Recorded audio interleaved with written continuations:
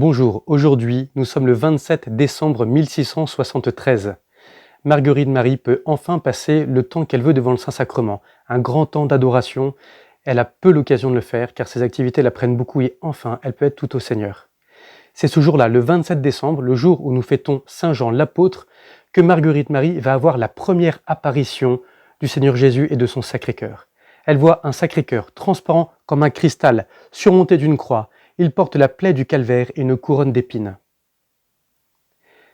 Ce Sacré-Cœur qui se révèle à Sainte Marguerite Marie se présente d'abord comme un cœur souffrant, et le Seigneur Jésus va le lui expliquer. Ces épines qui parcellent tout autour son cœur sont autant de piqûres que nos péchés lui causent. Cette croix qui est plantée profondément dans ce cœur montre à Marguerite Marie que dès le premier instant de son incarnation, le Seigneur va connaître les souffrances. Ces souffrances, elles sont présentes pour retirer les hommes de leur abîme de perdition. Voilà le motif premier de la dévotion au Sacré-Cœur. Je vous cite le Seigneur Jésus qui lui explique que ces flammes qui jaillissent de son Sacré-Cœur contiennent les grâces sanctifiantes et salutaires nécessaires pour retirer les hommes de l'abîme de perdition. Et voyons ô combien cette dévotion est encore actuelle aujourd'hui, car notre cœur, notre monde est loin de connaître ce Sacré-Cœur de Jésus. Ce cœur est un cœur qui crie « J'ai soif ». C'est un cœur qui souffre et c'est un cœur qui crie « J'ai soif ». Voilà ce que Jésus dit à Sainte Marguerite Marie. « J'ai soif, je brûle d'être aimé ». J'ai soif, c'est cette phrase que Jésus dira des siècles plus tard à Mère Teresa. J'ai soif, c'est cette phrase que le Seigneur Jésus dira également à la Samaritaine. J'ai soif, c'est ce cri que le Seigneur poussera sur la croix.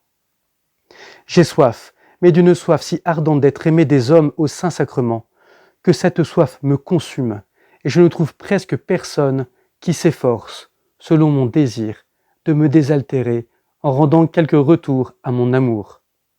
Comme c'est bouleversant de voir ce Dieu tout-puissant, ce Dieu éternel, ce Dieu créateur, qui n'a pas besoin de nous et qui manifeste à sa créature cette soif d'être aimé.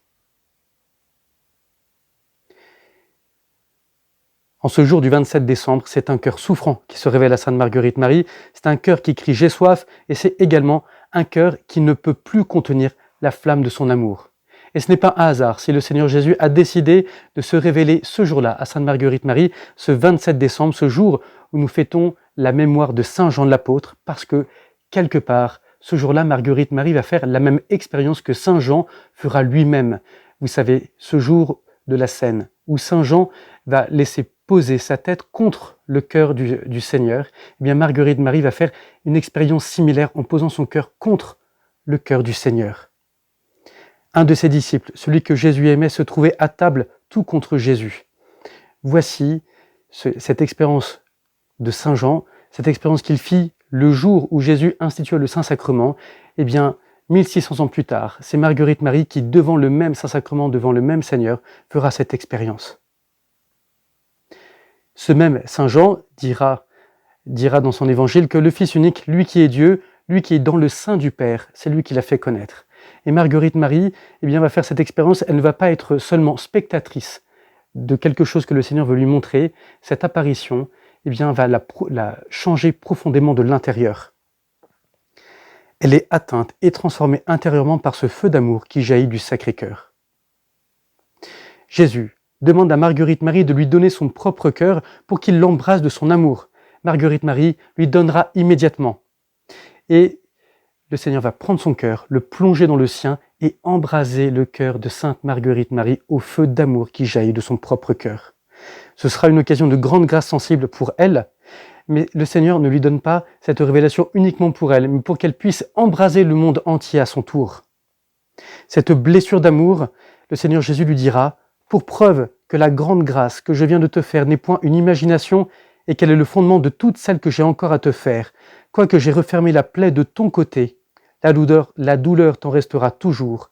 Et si jusqu'à présent tu n'as pris que le nom de mon esclave, je te donne celui de la disciple bien-aimée de mon Sacré-Cœur. » Marguerite Marie, à partir de ce jour, sera blessée d'amour. Cette blessure d'amour que connaîtra Sainte Thérèse d'Avila, cette blessure d'amour que connaîtra aussi Sainte Thérèse de l'Enfant Jésus, Marguerite Marie en est marquée. C'est une blessure qui vient enlever tout obstacle à la recréation du cœur que Jésus est en train d'opérer en elle pour qu'elle puisse répandre le feu d'amour que le cœur de Jésus ne peut plus contenir. En ce jour, eh bien, à notre tour aussi, de venir consoler le cœur du Seigneur qui a tant soif de notre amour. Ayons ce désir de venir tout simplement au pied du Saint-Sacrement pour adorer le Seigneur.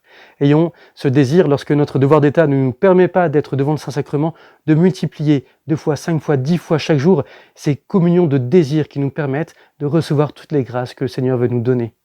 Et laissons-nous aussi blesser d'amour, comme l'a fait Sainte Marguerite Marie, pour que nous ayons également cette blessure d'amour du Seigneur qui a soif du salut des âmes. Soyez bénis.